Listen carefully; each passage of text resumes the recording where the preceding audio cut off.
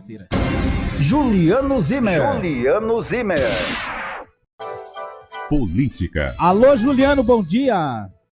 Bom dia, Jota Soares, bom dia, Viviane, bom dia, Rodrigo, Zelinho, bom dia a você que acompanha o programa Na Boca do Povo. E olha, há 53 anos, em 1969, depois de ficar 10 meses fechado, o Congresso Nacional foi reaberto, uma determinação através do ato institucional número 16 do governo militar.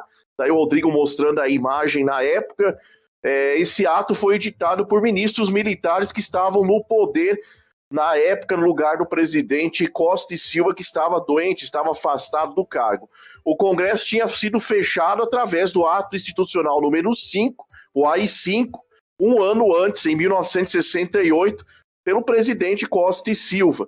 O ato 16 foi responsável pelo fechamento do Congresso e gerou a cassação de mandatos eletivos, suspensão dos direitos políticos por 10 anos de qualquer cidadão e intervenção militar em estados e municípios na escolha dos representantes. Ao todo, 333 políticos tiveram seus direitos cassados, seus direitos políticos suspensos em 1969. Bom, vamos lá então, falando da notícia de hoje. O pessoal pediu aí para que eu comentasse sobre o debate entre os candidatos a presidente na Bandeirantes.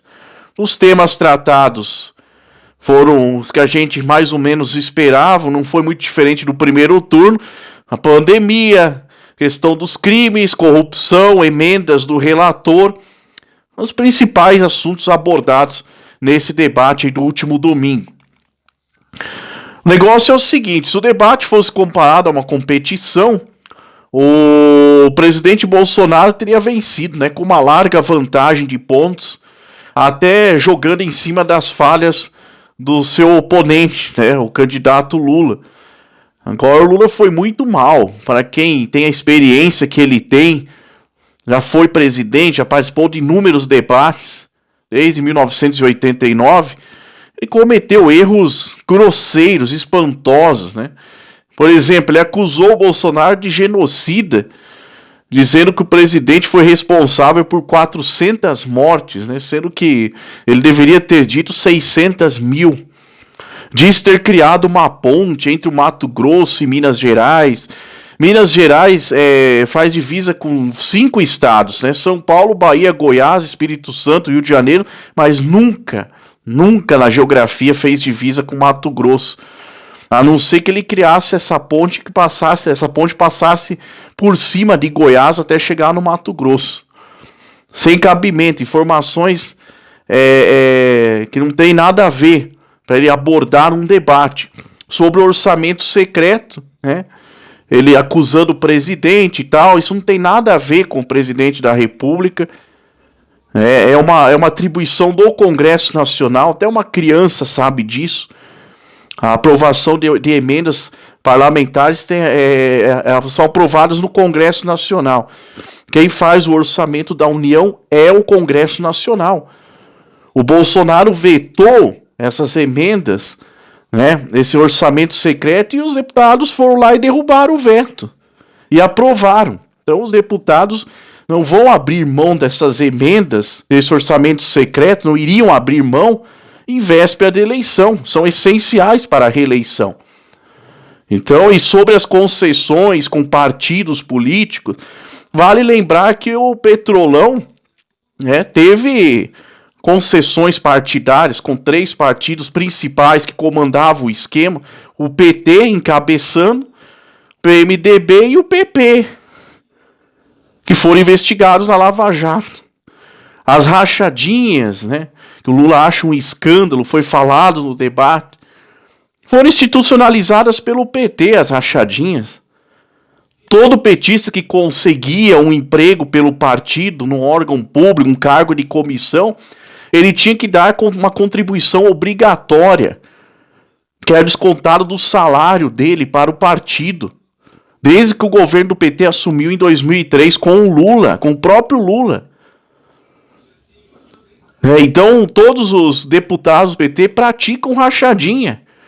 É um crime Claro que é, mas o PT foi quem começou com isso, institucionalizou a rachadinha no Brasil.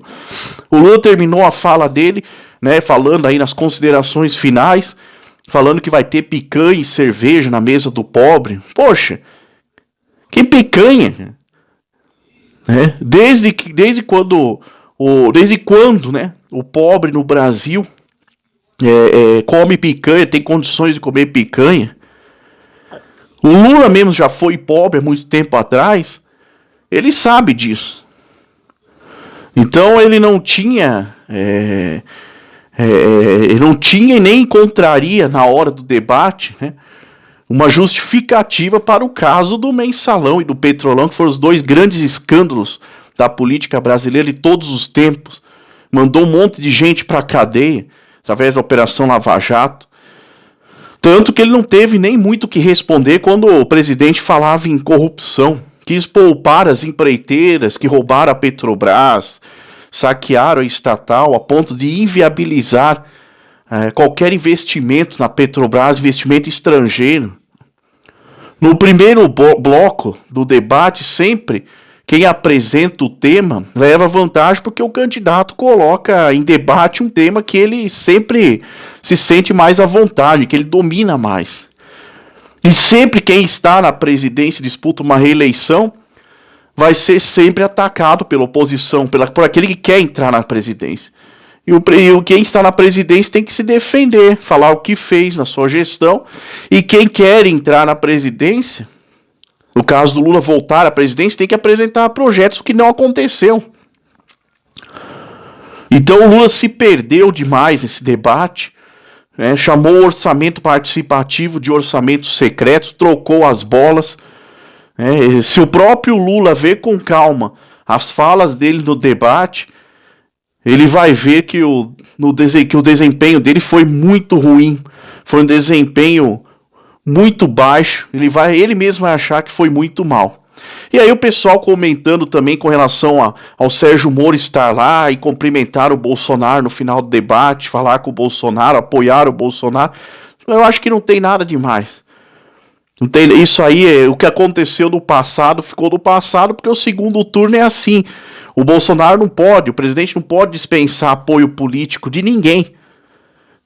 Um apoio de livre, espontânea vontade, o apoio do Moro. Não foi barganha, troca de cargos, jogo sujo, como tenho certeza que foi com o Alckmin e com o Lula.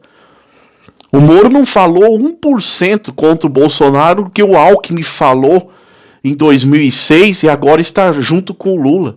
Virou propaganda eleitoral. O que o Alckmin falou do Lula no passado, em 2006. E estão lá juntos. Então, e com certeza, fazendo uma troca, um jogo sujo, uma barganha. No caso do Alckmin, ele só está esperando o Lula morrer. Se o Lula chegar a ganhar a eleição, ele vai esperar o Lula morrer para ele assumir a presidência. É o sonho dele. Nada, é natural o Moro apoiar o Bolsonaro. Ele não vai apoiar um candidato que ele colocou na cadeia. Eu volto amanhã com mais informações aqui na Boca do Povo.